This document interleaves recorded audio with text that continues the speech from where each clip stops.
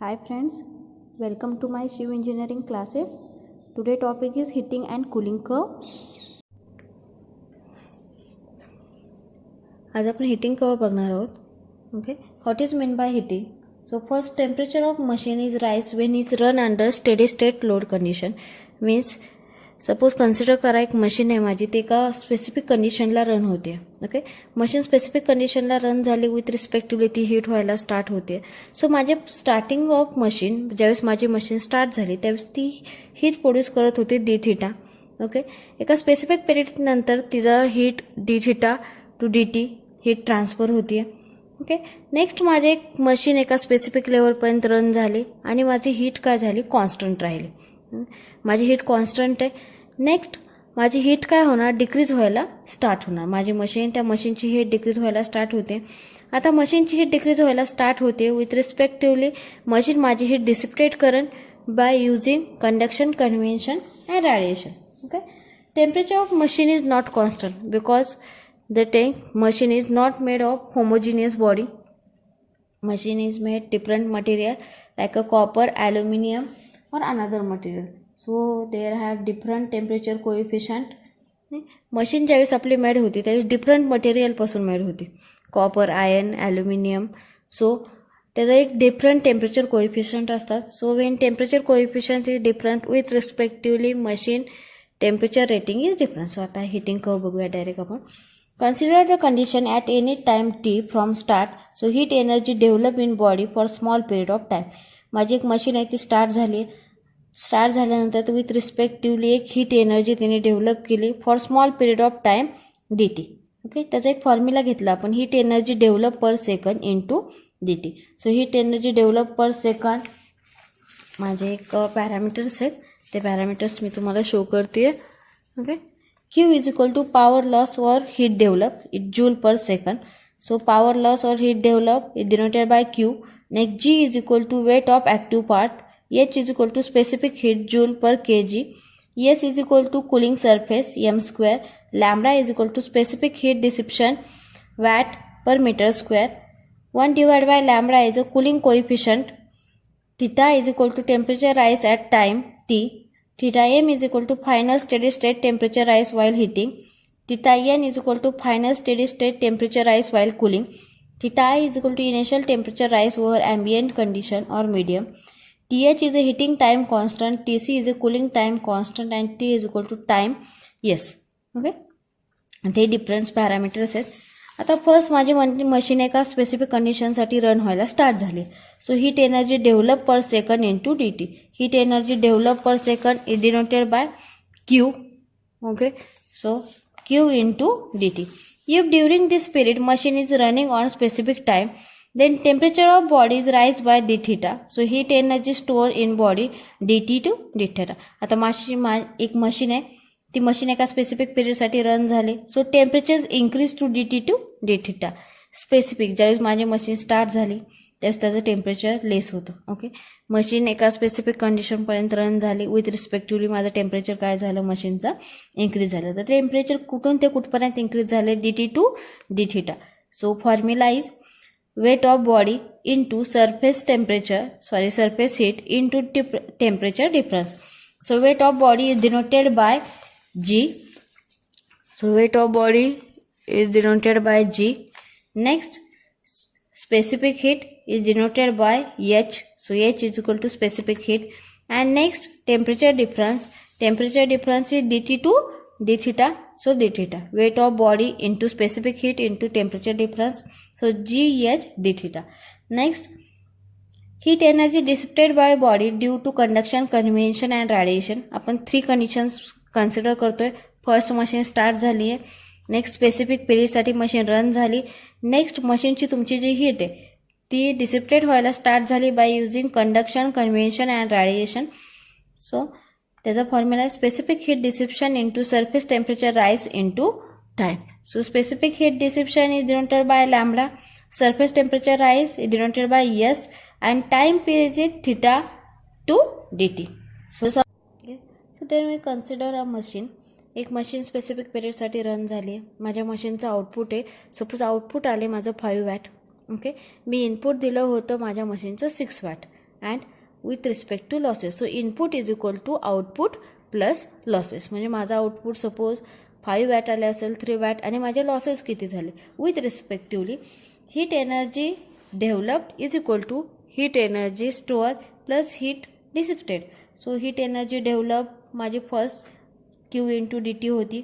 Next heat energy store, माझी heat energy किती store झाली आहे, G S D theta plus heat energy dissipated. So माझी heat energy dissipated झाली आहे lambda S theta D T. Okay, next D T one side. So phi D T minus S lambda theta D T is equal to G H D theta.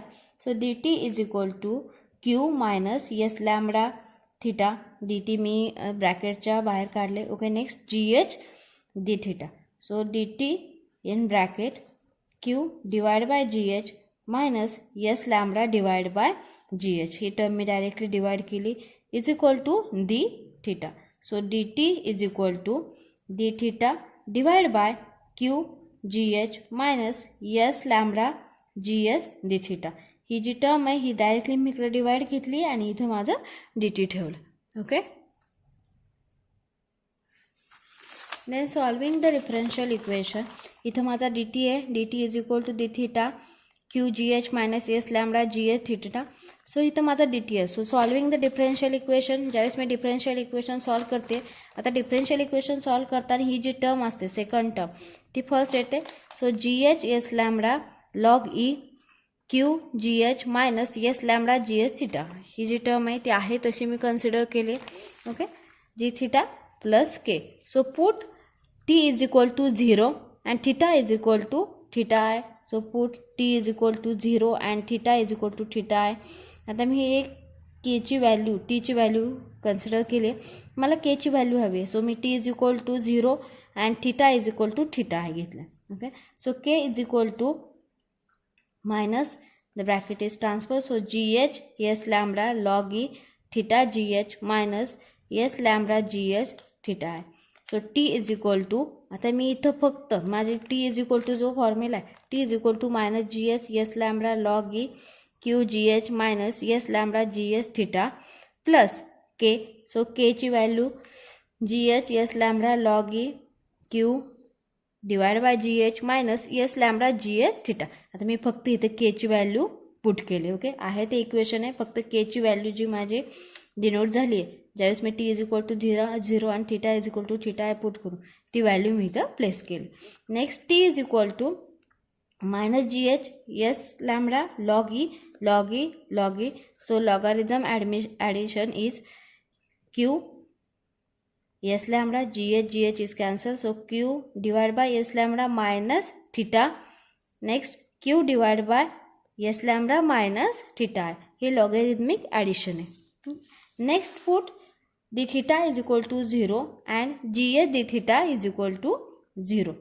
So theta dt is equal to gh d theta plus sy theta dt. आता मी एक equation calculate केलं होतं इथं. Okay, heat energy developed is equal to heat energy stored plus heat dissipated.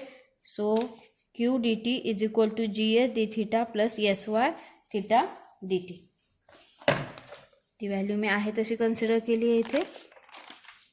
Okay, आता next मी काय केलं, d theta is equal to 0 आहे. So next gs d theta is equal to 0. Then q dt gs d theta 0 plus sy theta dt. So you can find the value of theta. So theta equal to q dt divided by sy dt. dt is cancelled. So q divided by s lambda. Okay, sorry, s lambda. So 1 divided by s lambda is c. It is a cooling coefficient. So QC S is equal to phi m. So phi m is equal to QC divided by S, but theta m is equal to 1 divided by S. So and Q into S. So QC is equal to lambda. So Q divided by S lambda. So the value is theta M is equal to Q divide by S lambda. आता माझ्या equation ऑलमध्ये already Q divide by S lambda आहे, त्याची value मी theta M put करते. Then मी ते equation write केलं. T is equal to minus G S S lambda log E Q S lambda minus theta Q S lambda minus theta आहे. Okay, put Q divide by S lambda is equal to theta m. ही value आपण calculate केली होती by solving this equation. Q m theta M is equal to Q divide by S lambda. So put in the value in this equation. So t is equal to minus gm s lambda log e theta m minus theta m minus theta I. So heating time constant Th is equal to minus gs divided by sy. So minus gh divided by sy. It is a heating time constant. Okay, but when we can consider the heating time constant, minus should not be considered. So Th is equal to gs divided by s lambda. It is a heating time constant. मी याला एक bracket करते. आता या Th ची value इथे put करूयात. So T equal to Th log e theta m minus theta m minus theta I. Okay. Then the equation is solving. Put in equation is left side.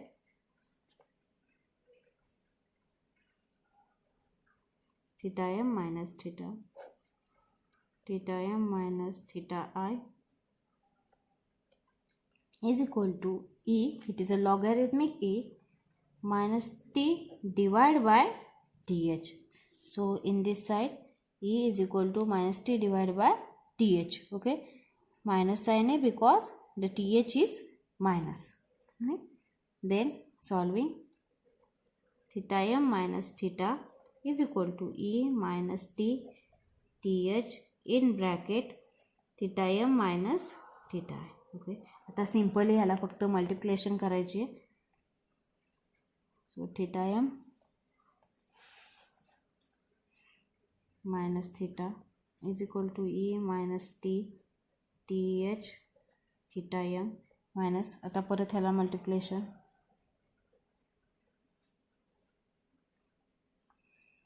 Then theta M in this side theta m. Okay,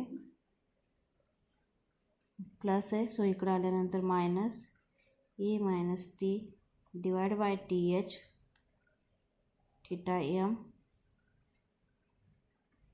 minus. So इकडे आल्यानंतर plus e minus T H theta I is equal to minus आहे. So इकडे आल्यानंतर ते plus. So plus theta. So next मी तर खाली लिहिते theta M in bracket 1 minus E minus T H bracket close plus theta I E minus T H is equal to theta. So put theta I is equal to 0. So theta I equal to 0. Theta is equal to 0 because no temperature rise under the ambient condition. So the equation is theta is 0 put केला. So equation माझं काय राहील theta equal to theta m 1 minus e minus t divided by th. Okay.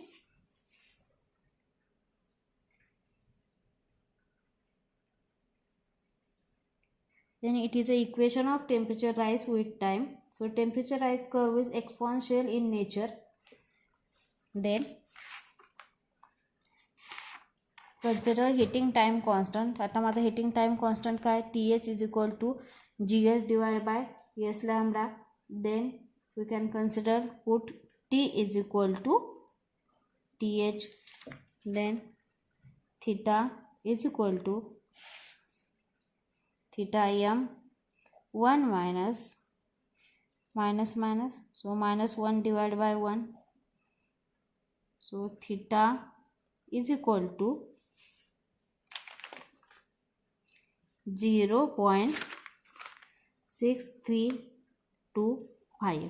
Okay, हे जर complex फॉर्ममध्ये टाकलं 1 minus E divide bye minus 1 divide by 1, so value put होती theta is equal to 0.6325. इथे आपण एक कर्व बघणार आहोत, त्याला हिटिंग कर्व असं बोलतात. आता हिटिंग कर्व मीन्स ज्यावेळेस तुमची हीट होते, ओके, त्यावेळेस आता आपण इक्वेशन्स बघितले. माझी हीट काय आहे, विथ रिस्पेक्टिवली टेम्परेचर इंक्रीज होते, विथ रिस्पेक्टिवली माझी हीट काय होते, इंक्रीज होते विथ रिस्पेक्ट टू टाईम. माझी मशीन एका स्पेसिफिक कंडिशनपर्यंत रन झाली, स्टार्टिंगला त्याची हीट कमी होती, but with respectively increase heat काय झाली, विथ रिस्पेक्ट टू टाईमच्या इंक्रीज झाली. So curve is exponential in nature. So temperature rise, time, जसं जसं माझं टेम्परेचर राईज होते विथ रिस्पेक्टिवली माझा टाईम इंक्रीज होतो. TH is called as heating time constant and theta is equal to theta m 1 minus E respect to T divided by TH. Temperature rise, so phi m value is 0.632, it's a constant value, so it can be right in this curve. It's called as heating curve. Okay, so TH is a heating time constant, so TH is equal to GH divided by S lambda. It is a heating time constant. So माझी curve जी आहे ती इथून माझी कर्वची rating आहे, म्हणजे heat जी आहे ती constant आहे. हीट आता पुढे इंक्रीज होते का नाही. So TH is called as heating time constant. So the volume of machine and hence the weight is increased in proportion of third power. So heating time constant is directly inversely proportional to lambda. So TH is equal to 1 divided by lambda. So when lambda value is increased, with respectively TH is decreased. Suppose well ventilation machine, आपण suppose जर मशीनमध्ये एखादा fan वगैरे use केला, वेल condition use केली, so well ventilated machine lambda value is increased, then heating time constant is decreased. But the small type of machine ventilation should not be used properly, then heating time constant is increased and lambda is decreased because it is inversely proportional to each other. Okay, so when lambda value is increased, heating time constant is decreased. Well ventilated machine means cooling ज्यावेळेस आपण खूप सारी efficient करतो, एखादी माझी machine आहे त्या मशीनमध्ये मी कूलिंग एकदम इफिशियंट आहे, then lambda value is increase and heating time constant is decrease. So the electrical conventional machine usually heating time constant, एखादी इलेक्ट्रिकल कन्व्हेन्शनल मशीन आहे त्याची हिटिंग टाईम कॉन्स्टंट हा in range of half hour to 3.4 hour, means half hour to 3 to 4 hour consider केला जातो. So the machine is some losses, so machine will be attain to high temperature rise, to dissipating surface is small and ventilation is poor. So we can increase the ventilation with respectively lambda value is increase and TH is decrease. एक simple लक्षात ठेवायसाठी असं ठेवायचं की TH is heating time constant आहे when divide by lambda. Lambda increase असतो ज्यावेळेस की माझ्या मशीनमध्ये मी कूलिंग सिस्टीम आहे ती इंक्रीज करते. ओके, म्हणजे माझी मशीन काय होते, डायरेक्टली कूल होते. सो लॅम्बडा व्हॅल्यू जर इंक्रीज झाली विथ रिस्पेक्टिवली माझा हिटिंग टाईम कॉन्स्टंट आहे, मीन्स हिटिंग कॉन्स्टंट आहे, तो काय होणार आहे, डिक्रीज होणार आहे. ओके, ही माझी कर्व आहे, विथ रिस्पेक्टिवली टाईमच्या काय होते, इंक्रीज होती. मीन्स माझी मशीन आहे फर्स्ट 5 मिनिट्ससाठी रन झाली, नेक्स्ट 10 मिनिट्ससाठी रन झाली, नेक्स्ट 15 मिनिट्ससाठी रन झाली, 10 मिनिटपर्यंत काय होणार आहे, टाईम जसा जसा इंक्रीज होणार आहे मशीन रनिंगचा विथ रिस्पेक्टिवली टेम्परेचर राईज होणार आहे. Okay, then time increase with respectively temperature is increase. The condition temperature is constant.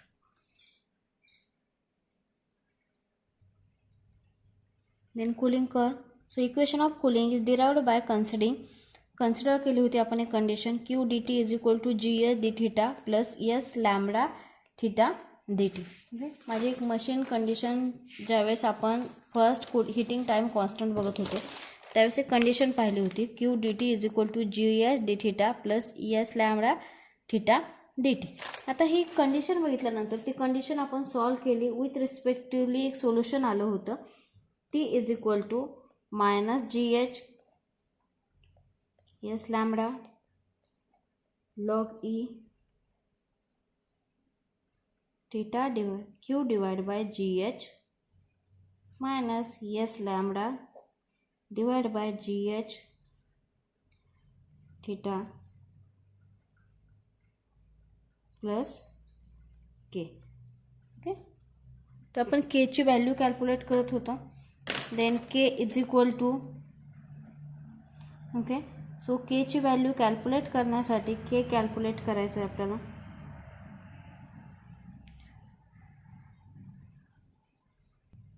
So K ची व्हॅल्यू कॅल्क्युलेट करायची आपल्याला. So T is equal to 0 and theta is equal to theta I. Then T is equal to 0 minus G H S lambda, हे equation आहे तसं write करायचं आहे, log E divide by Q G H minus S lambda G H theta is put theta I, so theta I plus K. Okay, so K ची value येत होते आपली K is equal to minus होतं ते plus होत होतं G H divide by S lambda log E Q divide by G H minus S lambda G H theta. Okay, so मी write करते K is equal to G H S lambda, हा plus आहे. Okay, केच्या right hand side, so K is equal to G H S lambda log E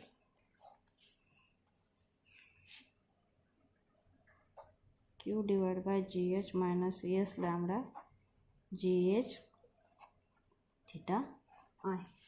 Then consider the equation of theta. आता हे equation आपण solve केलं होतं, के ची value आली होती आपली. Next T is equal to value ज्यावेळेस आपण पुट करत होतो. Okay, then T is equal to value put करत होतो आपण, त्यावेळेस माझं एक इक्वेशन येत होतं, theta is equal to theta M 1 minus E T divide by T H plus theta E minus T T H. आता ही व्हॅल्यू ऑलरेडी आपण कॅल्क्युलेट केली, सो मी डायरेक्टली कन्सिडर करते. Okay, theta is equal to theta M 1 minus E minus T T H plus theta E minus T T H theta. Okay, ज्यावेळेस आता heating curve ज्यावेळेस घेत होतो आपण त्यावेळेस theta is equal to 0 put करत होतो. ओके, आता कुलिंग कर्वमध्ये next theta M is equal to 0 put करायचा. हा डिफरन्स आहे हिटिंग आणि कुलिंग कर्वमध्ये. ज्यावेळेस आपण हिटिंग कर्व कॅल्क्युलेट करत होतो त्यावेळेस next theta is equal to 0 put करत होतो. काय, theta is equal to 0, but in this equation cooling कर्वमध्ये theta M is equal to 0 put करायचा आहे. बिकॉज ज्यावेळेस तुमची मशीन शटडाऊन होते त्यावेळेस no heat can be produce. Machine shutdown झाली, तुमची मशीन ऑफ झाली तर any heat can be produce, so no. And any temperature rise, no. ज्यावेळेस मशीन शटडाऊन झाली सो हीट प्रोडक्शन 0 होते आणि माझी हीट इन्क्रीज डिक्रीज काही होत नाही आहे. So theta M is equal to 0. So आता मी theta M is equal to 0 put करते. Theta M is equal to 0. Then theta is equal to, ही फुल टर्म 0 झाली, so E raise to minus T H theta I. Then T is equal to T H, then T is equal to T H. So theta is equal to E minus 1 divided by 1 theta I. Then theta equal to 0.638 theta I. हे complex फॉर्ममध्ये जर तुम्ही value put केली E raise to minus 1 divide by 1, so 0.638 theta. So it is a constant value of cooling coefficient. Then okay, आता माझी एक लॅम्बडाची value येईल. विथ रिस्पेक्टिवली माझी हिटिंग कर्व इन्क्रीज आणि डिक्रीज होईल. So T C equal to G H divide by S lambda. Okay, so G H divide by S lambda. आता जसं जसं माझं जी एच इन्क्रीज होईल विथ रिस्पेक्टिवली माझी टी सी काय होईल, इन्क्रीज होईल. So the value of lambda under the cooling condition usually different from there under heating condition. So value of lambda is increase or decrease in cooling and heating. Heating आणि cooling मध्ये लॅम्बडाची जी value असते ती constant नसते तुमची. Okay, because the machine can be have different value with respect to each other. Okay, machine ची काय different value. So cooling time constant is larger for poor ventilation. ज्यावेळेस की कूलिंग सिस्टीम लो असेल त्यावेळेस तुमचा जो हीटिंग टाइम कॉन्स्टंट आहे तो लार्ज होईल. Okay, so T C is equal to G H S lambda. आता आपण कूलिंग कर्व ड्रॉ करूया. In this curve is called as cooling curve. Cooling curve हा टी सी माझा cooling coefficient means cooling time constant आहे. Next temperature rise. Okay, temperature जसं जसं माझं time decrease होते विथ रिस्पेक्टिवली माझं टेम्परेचर डिक्रीज होते. So theta is equal to 0.368 theta आहे. So theta is equal to theta E minus T T H. Okay, it is a inversely proportional to each other. Theta value आपली ज्यावेळेस heating curve होती. Okay, heating कर्वमध्ये इथं तुमचं T H होतं means heating constant, इथं T C आहे. Next थीटाची व्हॅल्यू जी होती तुम्ही थीटा एम कॅल्क्युलेट केला होता because theta I is equal to तुम्ही 0 घेत होता. ओके, बट एका कंडिशननंतर तुमची मशीन हीट होण्याची स्टॉप होती आणि ती कूलिंग होती. सो थीटा आय आपण कूलिंग कोएफिशिएंटमध्ये थीटा एम 0 पुट केला अँड थीटा आयची व्हॅल्यू घेतली आहे. जसं हिटिंग कोएफिशिएंटमध्ये ज्यावेळेस तुम्हाला हिटिंग कोएफिशिएंट काढायचं आहे त्यावेळेस थीटा एमची व्हॅल्यू घेतली जाते, थीटा आय 0 पुट केला जातो. Heating curve with respectively increase होते. ओके, ही माझी हिटिंग कर्व आहे. हिटिंग कर्व काय होती आहे, टाइम इन्क्रीज झाला विथ रिस्पेक्टिवली माझी हिटिंग कर्व इन्क्रीज होती आहे, ही डिक्रीज होते. Okay, it is a difference between heating and cooling curve. आता आपण एक एक्झाम्पल बघूया. A field coil has heat dissipation surface S of 0.15 meter square. Length of mean term is 1 meter. Its dissipated loss is 150 watt and emittivity beginning 34 watt meter square. So estimate the final steady state temperature rise of coil is 100 into 15 mm square. Specific heat of copper is 390 joule per kg and the space factor is 0.56. Copper weight is 8900 kg metre square. Okay, so आता first आपण given write करूयात. So given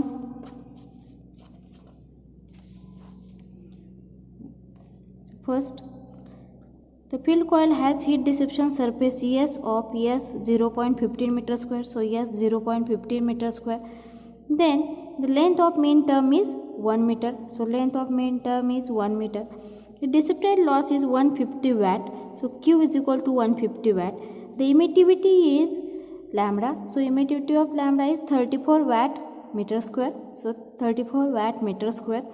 Estimate the final steady state temperature rise of coil is 100 into 15 mm square. So area is 100 into 15 mm square. Next, specific heat of copper is 390 joule per kg. Okay. So H is equal to 390 joule per kg second. The space factor is 0.56. So space factor SF is 0.56 and copper weight is 8900. So 8900 kg m3. So calculate करायचं आहे आपल्याला. Calculate estimate the final steady state temperature rise. So calculate final steady state temperature rise with theta m and TH. Okay, TH is a heating time constant. So first find volume of copper. L into A into SF into 10 raised to minus 6. So length माहिती आहे तुम्हाला 1 metre आहे. Next A area 100 into 50. So area 100 into 50. SF means space factor. It is a 0.56 into 10 raised to minus 6. So volume of copper V is equal to 2.8 into 10 raised to minus 3 m cube. Okay. Next, weight of copper G is equal to V into weight of copper. So weight of copper is 8900. So G is equal to 2.8 volume तुम्ही calculate केला 2.8 into 10 raised to minus 3 into 8900. So G is equal to 24.92 kg. Next final steady state temperature rise theta M is equal to, आता theta एमचा formula तुम्हाला already माहिती आहे, theta M is equal to Q divide by S lambda. So Q is 150, so 150. Next S is 0.56. Okay sorry, S तुम्हाला इथं surface घ्यायचा आहे, so surface 0.15 into lambda is 34. Next so theta M is equal to 29.4 Celsius. Next तुम्हाला एक thermal temperature time constant T H calculate करायचा आहे. तो T H is equal to G H S lambda. So G H S lambda, आता S लॅम्बडाची value तुम्हाला माहिती आहे 34. Next S 0.15. आता जी आणि एच पॉईंट तुम्हाला फाईंड करा. जी तुम्ही कॅल्क्युलेट केला आहे, so G 24.92 and S is 0.15. So heat dissipation surface S is 0.15 into 34. So TH is equal to 1906 second. It is a heating time constant. TH is equal to 1906 second. And theta m, so theta m final steady state temperature rise theta m is equal to 29.4 Celsius. Okay, thank you.